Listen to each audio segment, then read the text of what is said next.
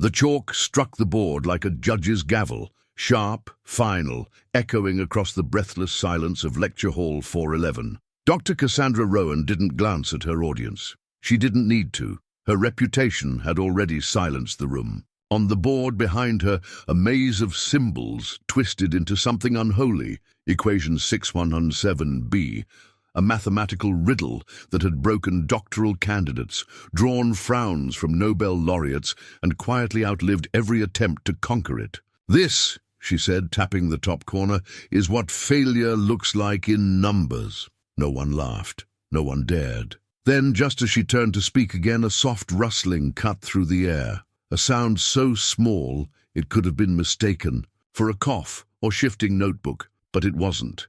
A hand, small, thin, hesitant, rose from the very back row. The room froze. The hand belonged to a boy, not a student, not even a teen. 10, maybe. 11 if you accounted for the stubbornness in his jaw. He wore an oversized hoodie, one sleeve gnawed at the cuff, and his sneakers looked like they had survived a flood. Gasps whispered through the rows like falling dominoes. Someone chuckled nervously. "Is that a kid? Did he just... He's joking, right?" Rowan turned slowly. Her sharp green eyes narrowed at the interruption. "Do you have a question, young man?" she asked, her voice like a blade wrapped in velvet. The boy didn't blink. "No," he said quietly, "but I think I see something. In the loop. It shouldn't be recursive." A breath caught somewhere near the front. "Sit down, child," someone muttered. But the boy didn't. He stood, calm, steady, and stepped forward into the aisle. Each footfall sounded like defiance, no hesitation, no explanation, just a boy walking toward an equation everyone else had surrendered to. Rowan didn't stop him. Couldn't. Something in her expression shifted. Not fear, not annoyance, curiosity. That single moment, tense, quiet, electric, held the room hostage. And just like that, Harvard's most untouchable problem wasn't alone anymore. Someone had raised their hand. Armand sat on the edge of a cracked bench just outside the janitor's supply room, legs swinging, arms wrapped around a frayed backpack. The hallway was quiet, except for the rhythmic hum of fluorescent lights overhead and the occasional screech of a mop bucket wheel. He was supposed to wait. His father, Rahim, had made it clear, "Don't wander, Armand. I'll only be an hour." But the moment the echo of chalk striking a board filtered through the half-open lecture hall door, Armand's restraint wavered. The sound wasn't just noise. It was a pulse, measured, deliberate, calling to something inside him. He pushed the door open a little more, eyes darting toward the voices spilling out in fragments of logic, proof, and precision. Students scribbled furiously, equations danced. Across whiteboards like secret languages, only the brilliant could speak. He didn't understand all of it, not yet, but he felt it, like a song he was learning to hum before knowing the lyrics. Their apartment above the dry cleaners smelled of bleach and steam, a single room where Rahim folded uniforms while Armand solved algebra problems in the margins of old newspapers. They didn't have much. An iron bed, one folding table, and books that had been rescued from trash bins and charity bins alike. Armand read them cover to cover, tracing the math problems with his fingers in the dark when the power went out again. Rahim worked double shifts to keep the lights on. His hands cracked from ammonia and winter. He never complained, but he never encouraged the dreaming either. "Smart doesn't put food on the table," he'd say, sweeping the floor. Armand never argued. He just kept solving, on glass, on walls, on the back of receipts,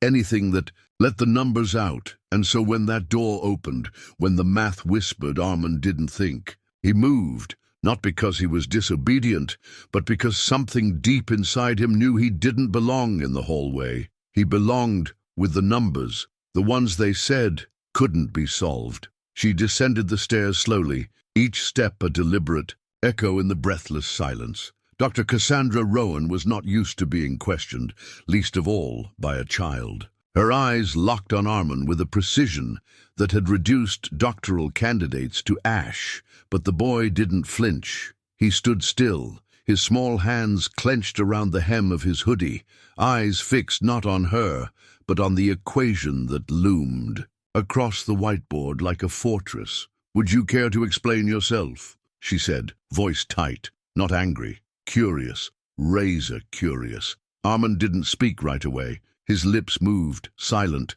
mouthing pieces of the equation like a code only he could hear. Then, "I think the recursive loop isn't supposed to reference itself that deep in the set.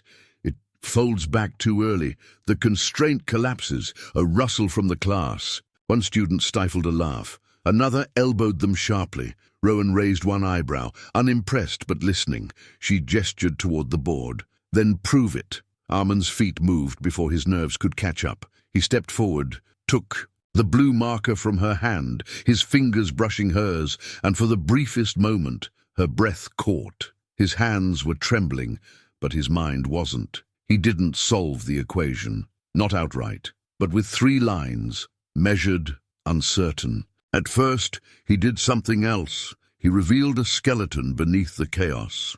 A hidden rhythm, a pattern inside the pattern. It wasn't an answer, it was a map, a way forward no one else had seen. Rowan stared, silent, still. The room had become a vacuum. No one blinked, no one breathed, and then she spoke, just one line. Soft, not sharp, not cold. "Who are you?" Armand looked at her, confused, not afraid. "No one," he said quietly. "Just someone who likes how numbers feel when they're finally in the right place." For the first time in 15 years of lectures, Cassandra. Rowan didn't have a comeback, just a heartbeat louder than reason, and the unsettling feeling that the impossible problem she'd guarded like a gatekeeper had just been knocked on by a child. "No one," Armand said again, a little quieter this time. "Just someone who sees numbers like people." The words didn't land like a boast. They landed like a confession, and that's what made the silence that followed unbearable. Rowan didn't answer right away, her face unreadable, her fingers curled around the edge of the lectern, knuckles pale. Then, after a moment too long to be casual, she spoke. "My office, tomorrow, 5 p.m. Bring your father if you must. I want to know what else you see." She turned, without waiting for a reply. Chalk hit board again. Just like that, class resumed, but nothing felt normal anymore. The lecture ended, but no one moved at first. Conversations began in scattered whispers. Some students threw glances. A few eyes lingered on Armand like he was an alien, or worse, a threat. Did he actually? "She's never invited anyone to her office. He's 10. One student, a tall guy with wireframe glasses, muttered just loud enough, "It's a stunt. Has to be." Another just stared, shaken, notebook untouched. Armand didn't hear most of it, or maybe he did, but didn't let it land. His face was blank, but his fingers kept fidgeting with the cuff of his hoodie. He left the hall without a word, eyes down, thoughts louder than the voices around him. When he got home, the apartment was still warm from the dryer downstairs. Rahim stood at the sink, sleeves rolled up, hands red from scrubbing a mop. He smiled when he saw Armand, but paused when he noticed the boy's silence. "Everything okay?" Armand nodded slowly. "Yeah, I just might need your help tomorrow." Rahim raised an eyebrow. "With what?" Armand hesitated, looked down. "A professor wants to talk. She asked to meet you too." Rahim's hands stopped moving. "Did something happen?" Armand shook his head. "I don't know, but I think I saw something today that no one else did, and now she wants to know why." In the silence that followed, Rahim could only whisper, "Then I guess we better not be late." The office was too quiet, clean in a way that felt clinical.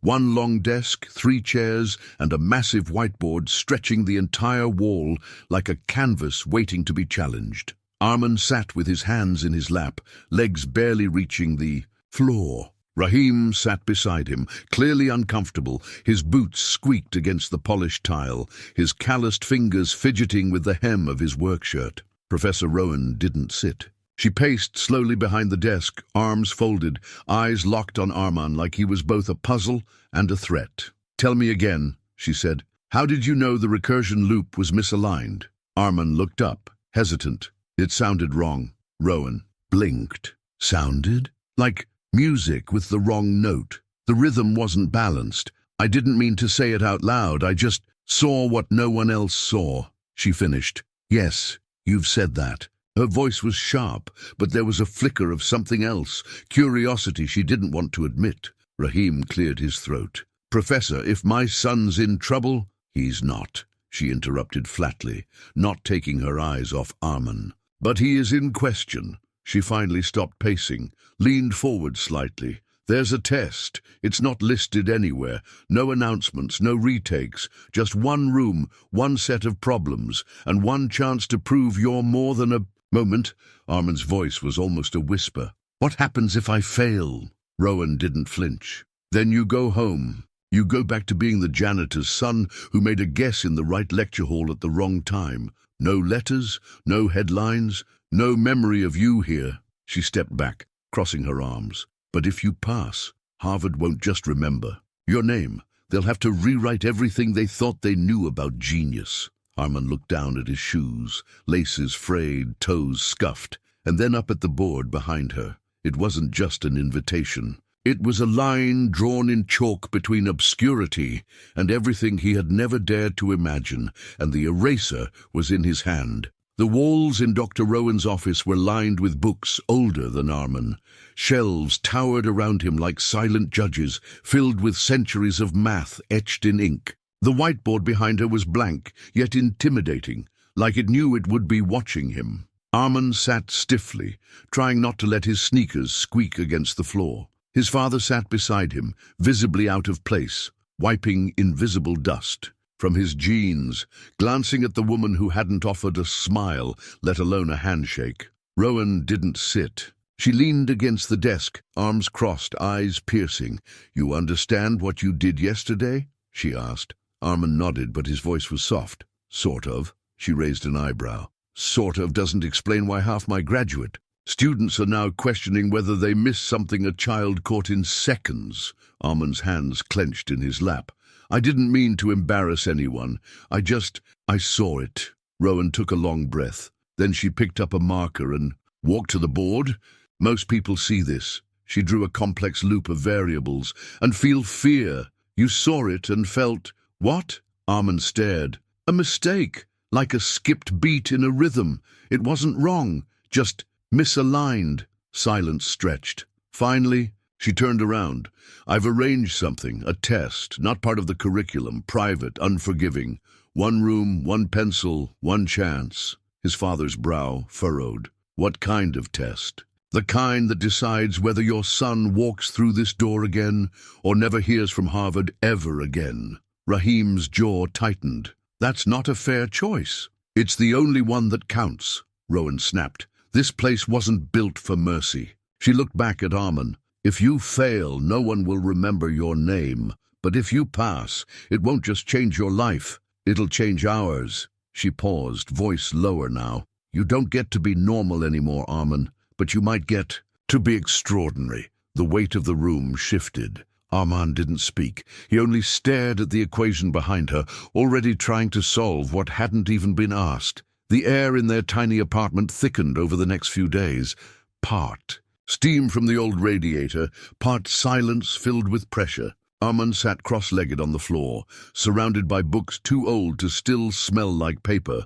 A broken laptop flickered beside him, the library's Wi-Fi signal barely holding.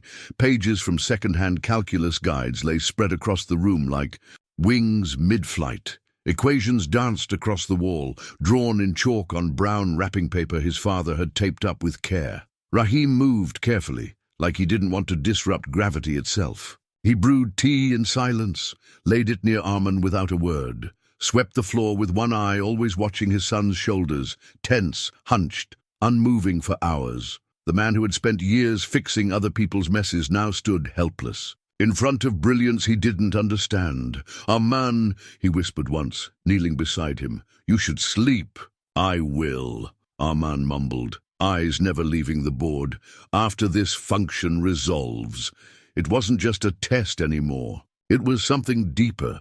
A key, a doorway, a chance to step into a world that never saw kids like him except through a smudged window. And Arman couldn't afford to blink. At midnight, Rahim found him dozing over a page filled with cross-outs, ink stains, and one phrase underlined 3 times.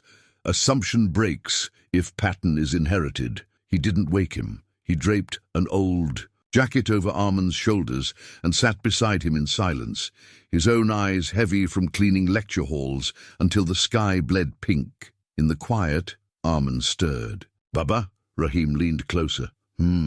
I don't want the world," he whispered. "I just want to belong in it." Rahim's chest tightened. He reached out, brushed Armand's curls from his forehead. "Then keep going, Habibi," he said. "But no, you already do." Outside, snow began to fall. Inside, a boy rewrote everything the world told him was impossible, and a father held the silence, because sometimes love means not pulling someone back when you see they were born to fly forward. The door creaked open like a warning. Room 2.07 smelled of chalk and cold air, the kind of sterile that didn't welcome you. It watched you. One desk, one chair, one sheet of paper face down under the flickering overhead light. No other students, no instructions, no sound except the faint hum of silence that came before something irreversible. Armand stepped inside. His hoodie sleeves slipped past his wrists as he gripped the strap of his backpack. He blinked slowly, grounding himself. Then he looked up, took one quiet breath, and walked to the desk. The proctor didn't introduce himself. He didn't need to. Just glanced at the clock and muttered, 3 hours. Begin when ready. No calculators, no breaks. Then he turned away, vanishing into the corner like part of the wall. Armand flipped the test. His eyes didn't widen. They narrowed. The first problem sprawled across the page like a trap. Not complex by design, but deceptive. A spiral of misdirection, meant to confuse, stall, waste precious time. He didn't fall for it. He skipped the beginning entirely and dropped his pencil near the bottom. That's where the recursion loop twisted, where it tried to fold in on itself, in a lie that looked like logic. Armand traced it backwards, his lips moving silently, muttering, numbers like they were names he knew from a forgotten dream. He began to write, not in frenzy, in rhythm. Each line of his pencil built like music, a note, then a rest, a loop, then a correction. He made a mistake once, saw it, erased it. Noted why, false equilibrium in nested function, then continued, unshaken, unrushed. Behind the mirror, Rowan stood still, her arms crossed, but not in judgment anymore. In awe. "He's not solving," the dean beside her whispered. "He's composing." Rowan didn't respond. Her eyes didn't leave the boy because the chalkboard wasn't behind the glass. It was in his head, and somehow, this child, a janitor's son with duct-taped shoes, was rewriting math as if it had always belonged to him. And outside that room, the world was about to change. But inside, he was already doing it. The numbers weren't numbers, not to Armand. As his pencil moved across the test sheet, each equation pulled him somewhere else, into memories so vivid they vibrated beneath the surface of every stroke. He remembered the cracked tiles in the laundromat, next to their flat, the way the broken ones always repeated every third row. He used to count them to distract himself from the sound of fights outside. Later, he noticed they formed a grid, imperfect but rhythmic. That rhythm taught him sequences. He recalled how Rahim's mop swished across the university marble floors, back, forth, pause, back, forth, pause. Armand had followed the trail once, counting beats, measuring distance, realizing that even the janitor's routine was an unspoken algorithm. That cadence taught him recursion. He thought of the spin cycle of their second hand washer, the way it hummed and skipped depending on how full it was, like a machine thinking in circles. He once stayed up all night listening, sketching loops in the air with his fingers, wondering what would happen if you could map the floors. That floor taught him probability. Now, in this sterile exam room, every problem on the paper was more than a challenge. It was a reflection of his past, a code he'd already lived through. A survival manual dressed in symbols. He wasn't solving for grades or prestige or applause. He was solving because that's how he made sense of the world. Outside the glass, Rowan watched his eyes flicker with intensity, his lips move in silent whispers. She could see the genius, but not the memories. She didn't see the nights he'd solved equations by candlelight when the power cut out. She didn't see the food stamps tucked inside algebra books. She didn't see how every formula was a form of escape, but Armand did. He saw everything, because for him math wasn't an answer. It was a language, a truth, a way of remembering the world that never bent for him. So he learned how to bend around it. And now, with every line he solved, he wasn't proving brilliance. He was proving he'd been here all along. It didn't take long for the whispers to start. They slithered through corridors like drafts of cold air, thin, sharp, unwelcome. How can a janitor's son even get in here? No way he did that. Without help. Maybe Rowan's trying to make some kind of statement. He probably just memorized something off YouTube. Armand felt them before he heard them. Sideways glances, halted conversations, the deliberate shuffle of distance in the hallway. Once someone muttered, "Fraud," just loud enough for him to hear. Another dropped a paper on the floor right in front of him and said nothing when he picked it up. But it wasn't just students anymore. A week after the test, Rowan summoned Arman and Rahim to her office again. Her expression was tight, her jaw set like stone. She slid a letter across the desk without a word. Rahim read it first. His fingers trembled. Formal inquiry. Alleged academic dishonesty. Basis: test results statistically improbable. Recommendation: independent review. Rahim looked up. They're accusing him of cheating. Rowan didn't blink. Yes, someone on the review board filed it. Likely a professor who couldn't solve what your son did. Armand's voice was quiet but sharp. They don't believe me. Rowan leaned forward. Her eyes for once softened, but her voice stayed steel. They don't understand you, and people destroy what they don't understand. Rahim clenched his fists. You said one test, one chance. Rowan nodded, and he passed. But this place doesn't care about passing, Mr. Rahman. It cares about pedigree. The room went silent. Armand stared at the letter. The black print seemed to grow darker. He swallowed. What do I do now? Rowan stood, walked to the board, picked up a marker and underlined a new problem. A harder one. You solve this, she said, in front of them. Live. No calculator, no notes, no room for doubt. She looked back at him. You don't just prove them wrong, Armand. You make them regret ever doubting you. And for the first time, Armand didn't flinch. He just asked, when? The room smelled like old chalk and tension. Armand stood alone at the front of Lecture Hall 411, hands smudged in graphite, sleeves streaked with erased equations. He didn't use PowerPoint slides, didn't bring a typed thesis, just sheets, crumpled, ink-stained, half-torn papers, taped across the whiteboard like puzzle pieces that had clawed their way out of his mind. His fingers shook as he flattened the final page. At the top of it, written in uneven handwriting, was one line, "This is how I learn." The room was packed, every seat filled. Professors lined the back wall, arms crossed. Students sat on the stairs, silent. The dean, once the loudest skeptic, sat, dead center, his face unreadable. Cameras were off. This wasn't about spectacle, it was about truth. Armand turned to face them. No introduction, no preamble. I didn't solve it in one go, he said. I tried, I got stuck, I erased, I tried again. This, he pointed to the scrawled notes, the revisions, the mismatched arrows and circled variables. This is how I think. It's messy, but it's mine. He walked through each step, explained the recursion collapse, the hidden symmetry in the equations, where he guessed wrong, where he saw the pattern shift in the fifth iteration like a glitch trying to correct itself. He didn't sound rehearsed. He sounded alive. Rowan watched from the back, lips pressed, eyes fierce with pride she wouldn't let show. When Armand stepped away from the board, no one clapped. Not yet.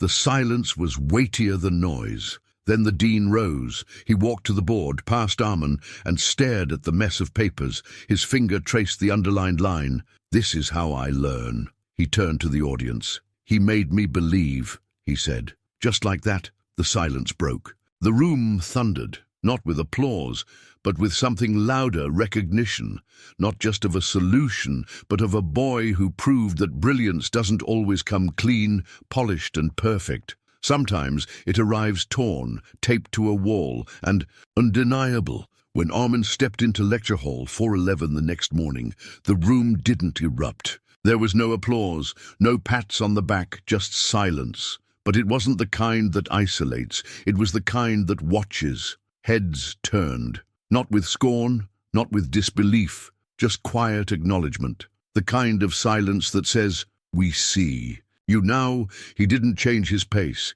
He didn't look for approval. He made his way to the same seat in the back corner, sat down, unzipped his backpack, pulled out his notebook. No gold pens, no fanfare, just a pencil worn down to the nub and a battered eraser. Richard, the graduate student who once scoffed when Armin raised his hand, now glanced over his shoulder. He didn't speak. He just nodded, once sharp, like swallowing pride. Armin returned the gesture with nothing more than a blink. The whiteboard already bore a new problem. One Rowan had written moments before students arrived. Complex, layered. She didn't introduce it, didn't explain, just turned and waited.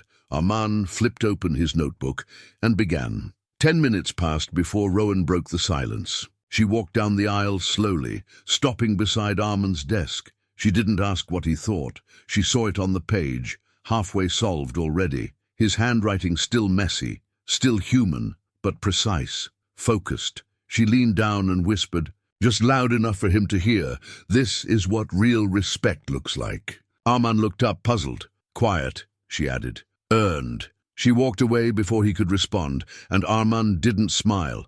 He didn't beam with pride. He just went back to writing. Because respect wasn't the goal. Learning was, and the greatest. Minds in the room weren't the ones watching Armin now. They were the ones learning from him, silently, intently, as though the boy who wasn't supposed to be here had always belonged. And now, finally, the world had stopped talking long enough to listen. The problem was never posted on a board. It wasn't in any textbook or syllabus. It lived in whispers, etched into the unofficial history of Harvard's mathematics department. They called it the infinite loop hypothesis. It had no known entry point. Just an unsolved paradox wrapped in layered logic that even tenured professors refused to approach.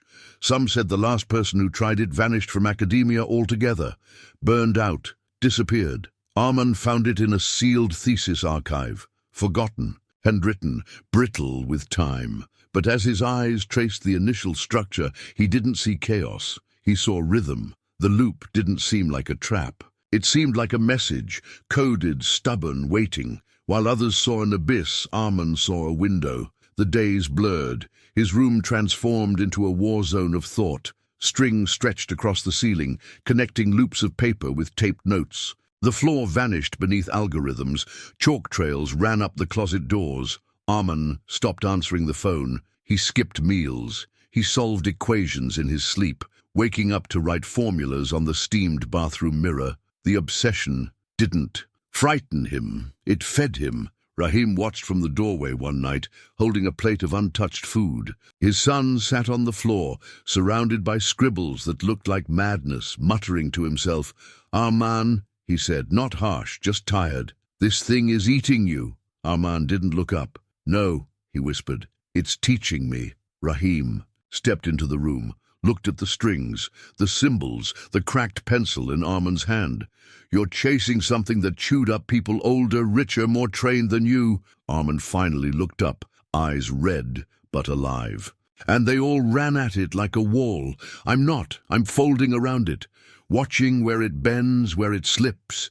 It's not infinite, Baba. It just wants to be seen the right way." Rahim didn't understand the math, but he understood. Hunger, and his son was starving, heart, mind, and soul, on the edge of a truth that could either crown him or consume him. The fold wasn't a number. It wasn't even a step. It was a shift, small, subtle, terrifying, and beautiful. Armand didn't know exactly when it clicked. It could have been 3 days into sleepless notes or 30 seconds into his 100th failed proof.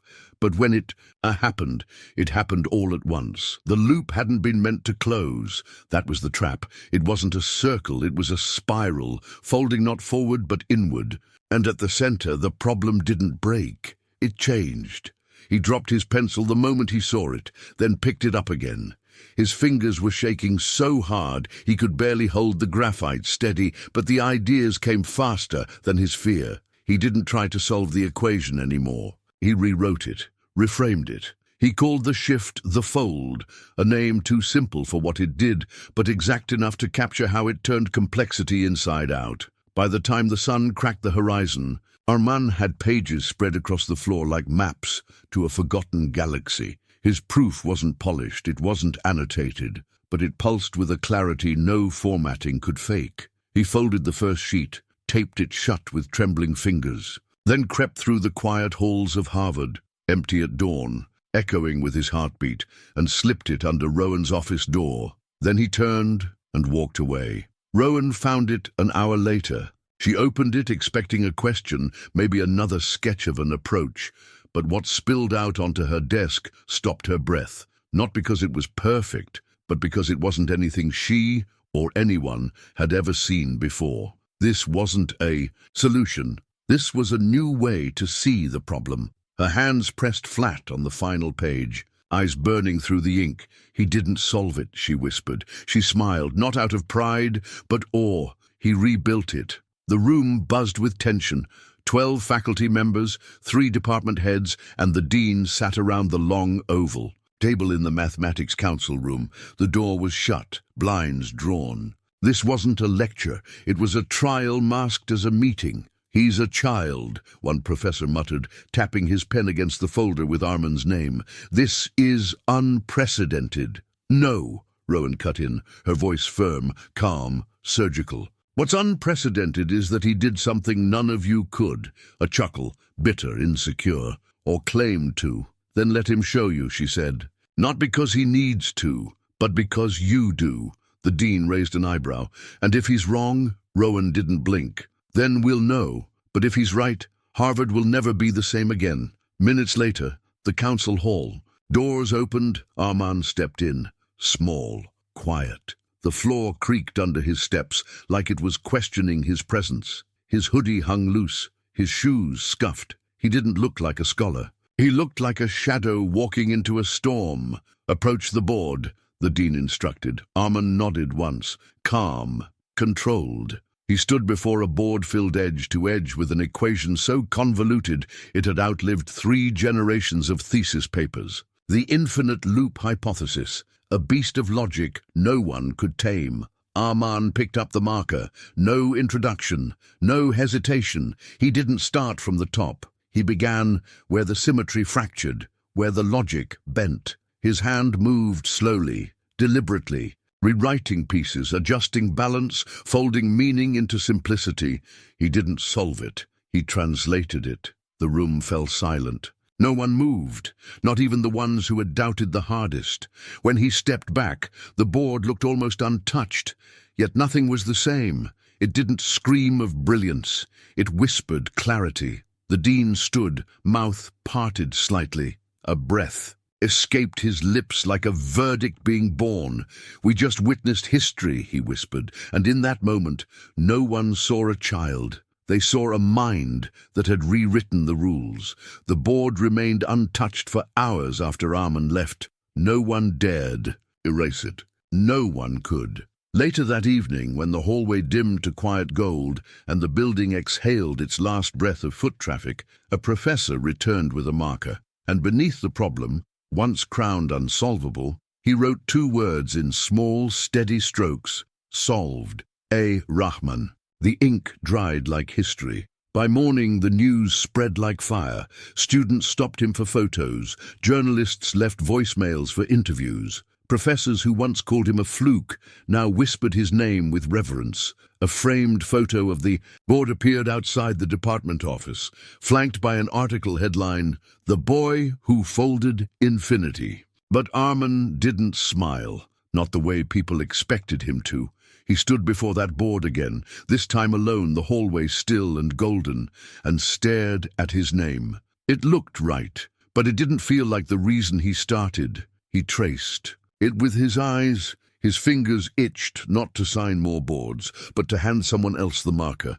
Footsteps echoed behind him. Rowan's. She didn't speak right away. She let the silence sit beside him. She could tell he wasn't basking. He was thinking. "You don't look happy," she finally said. "I am," he replied softly. "Just not in the way they think." She studied him. "What do you want now, Arman?" He turned, finally meeting her eyes. No fear, no hesitation, just purpose. "To teach," he said. "To help someone else feel what I just felt." Rowan nodded once. Then this was never about solving a problem. Arman shook his head. It was about seeing something no one else could, then helping others see it too. He turned to walk, away, not from the board, but towards something greater. And as he disappeared down the hallway, his name stayed behind, not just on the wall, but on the path for others to follow, written in ink, sealed in ore, and carried forward in every question, waiting for its own answer. The basement of the old library was cold, quiet, the kind of quiet that used to make Arman shrink into himself, but tonight it buzzed, not with noise, but with potential. Chairs were pulled into a circle, no desks, no podium, no grades, just chalk, string, paper, and curiosity. He called it Midnight Logic Circle. It wasn't official, it wasn't on Harvard's schedule, but word had spread about a boy who didn't belong, and rewrote the rules anyway, about a mind that saw answers differently, and a heart that wanted others to feel seen. 5 students showed up the first night. No one over 18, no one confident. One girl stuttered when she introduced herself. Another wore sleeves too long for her arms and hid her face behind a curtain of hair. A boy sat rigid, eyes darting, notebook clutched like armor. Arman stood in the center, hands in the pockets of the same old hoodie, the same scuffed shoes. But everything about him felt steadier now. He looked at each of them, then said, "Before we begin, I want to ask something." He stepped forward, his voice low, personal. "How many of you," he asked, "have ever been afraid to raise your hand?" For a moment no one moved. Then one hand lifted, then another, then all of them, some trembling, some slow. Arman smiled, not the smile of someone proud, but someone relieved. "Then you're exactly where you're supposed to be." He handed out blank pages. No equations yet, just space. Space for thought, for mistakes, for growth. And then he wrote on the board, not a theorem, but a question. What happens when fear folds into courage? No one had the answer, but for the first time, none of them were afraid to try. In that moment, the shadows that once silenced Arman became the soil where something new could grow, and the voice that once whispered from the back of the room, uncertain, unnoticed, became the one helping others speak. Because sometimes the bravest thing isn't solving the impossible, it's helping someone else believe they can. The red circle glowed beneath his feet. The hall was packed. 1,000 eyes watched, hushed and expectant. Cameras rolled, lights warmed the stage. Beyond the walls, millions would eventually stream this moment. Arman stood at the center, still small, still quiet, but not afraid. He wore the same hoodie he had worn the night he raised his hand. Torn sleeve, faded cotton, a symbol not of poverty but persistence. He adjusted the mic, looked out across the rows, took a breath. "I'm not here as a genius," he said. "I'm here as a boy who used to clean chalkboards with his father." Silence. The good kind. "I didn't grow up in lecture halls. I grew up watching problems from behind glass, wondering if I'd ever be allowed to speak." He paused, scanning the faces. "The first time I understood recursion, I was watching a washing machine spin. Laughter, soft, genuine, but his eyes didn't laugh. I was told I didn't belong, that my voice didn't matter, that solving something was impossible. But no one asked how it felt to live with a question burning inside you every single day." His tone sharpened, not angry, but ignited. "I didn't want applause. I wanted understanding. I didn't want to impress. I wanted to contribute. Because sometimes genius isn't solving the equation. He took one step forward, voice low now. It's daring to write your own. The pause after that line stretched like eternity. Then a single clap, then dozens. Then a wave of sound crashing through the auditorium like thunder finally granted permission to break free. Armand stood still for a moment longer, absorbing it. Not the praise, the understanding. He smiled, truly smiled, not because of the lights, or the noise, or the cameras, but because the boy who once feared to raise his hand had found his voice. And now the world was listening. The room was empty again. Lecture Hall 411, where it all began. The light from the hallway filtered in through the cracked door, casting long shadows across the floor and the front board. Armand stood alone, hands dusty with chalk. The smell of the past hung in the air, ink, sweat, old paper, silent awe. No applause, no camera, no crowd, just him. He picked up the chalk and stared at the surface. His hand hovered for a moment, then moved, slowly, with purpose. The sentence appeared like a whisper made solid. What if the unsolvable just needs to be seen from the side? He underlined the last word, set the chalk down, and left. No signature, just the thought, a seed, ours. Later, Rowan entered. Her steps echoed with a strange stillness, like visiting a memory that hadn't quite faded. She noticed the words immediately. She read them once, then again. A smile crept across her face, sad, proud, full. She didn't touch the board. She didn't erase. She picked up the second piece of chalk, the one she always kept tucked in the corner tray. And underneath Armand's message, in smaller, steadier script, she wrote, "Every era has its voice.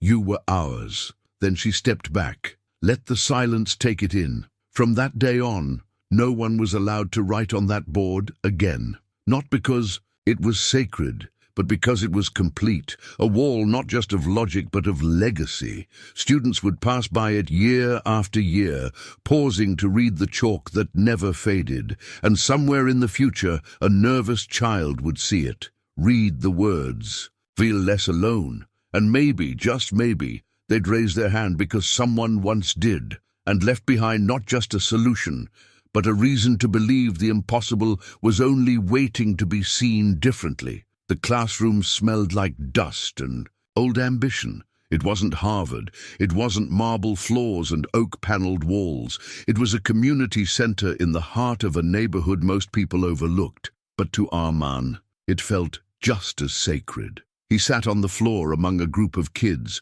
legs crossed, chalk in hand, no suits, no pressure, just questions. And one girl who hadn't asked any yet. She sat in the back, small like he had once been. Her hoodie swallowed her shoulders. Her eyes never met anyone's directly, but they darted toward the equations on the wall, again and again, watching, absorbing. After the others left, Armand approached her slowly, gently. He sat beside her, not above. "You know," he said softly, "you remind me of someone." She looked away. "I'm not smart." Neither was he, Armand replied. But he was curious. That's how it started. She hesitated. "Did you always know that you were different?" Armand smiled. "No, I just knew I saw things sideways, and everyone kept trying to make me see them straight." Silence stretched between them. Not awkward, just careful. She finally asked, "What if no one ever tells you that you belong?" His answer came without hesitation. "Then I'll tell you." She looked up, eyes glistening. "You belong here, even if no one said it yet." He stood and handed her the chalk. "Want to show me how you'd solve this one?" She took it, tentatively. At first, then with something steadier, like maybe for the first time, she had permission to try. As she stepped to the board, Armand watched, not her hand, but her posture. It had changed, slightly, but it had changed, and in that quiet shift he realized something. The real test hadn't been proving the world wrong. It was proving to someone else they were right to hope. And this time, the answer wasn't on the board. It was standing in front of it. The hallway hadn't changed. Still dim, still echoing with footsteps that knew the weight of questions. Armand's steps, however, were slower now, measured, deeper. He stood before the door of room 411. His hand rested on the knob for a moment, longer than necessary. Then he opened it. The scent of chalk and time wrapped around him like an old coat, the rows of chairs, the slanted sun through the high windows, and the board that once bore the impossible. He stood at the front, not as a visitor this time, but as Professor A. Rahman. A generation of students filed in, new faces, new fears, new fire. He greeted them not with authority, but with familiarity, the kind only someone who once sat in silence could offer. Then he turned to the board, picked up the chalk, the same way he had done as a child. No formula, no riddle, just a truth he'd earned. He wrote in clean, steady strokes, brilliance and curiosity, 6 courage, X time. The room was silent, watching, waiting. Underneath, he added a second line, always raise your hand. A murmur ran through the room. Some smiled, some blinked quickly. One student, seated in the last row, quietly pulled out a notebook and began to write. Then Armand did something no one expected. He erased the board, gently, until it was bare again, all but one word, written. In the bottom right corner, alone, clear, permanent, begin. He stepped away. No need for applause, no need for ceremony, because legacy wasn't built from grand moments. It was etched in quiet courage, in students who believed differently because someone once dared to. And somewhere, perhaps already sitting in that room, was the next voice the world had yet to hear. But they would, because Armand had, and now the world was listening for the next hand to rise.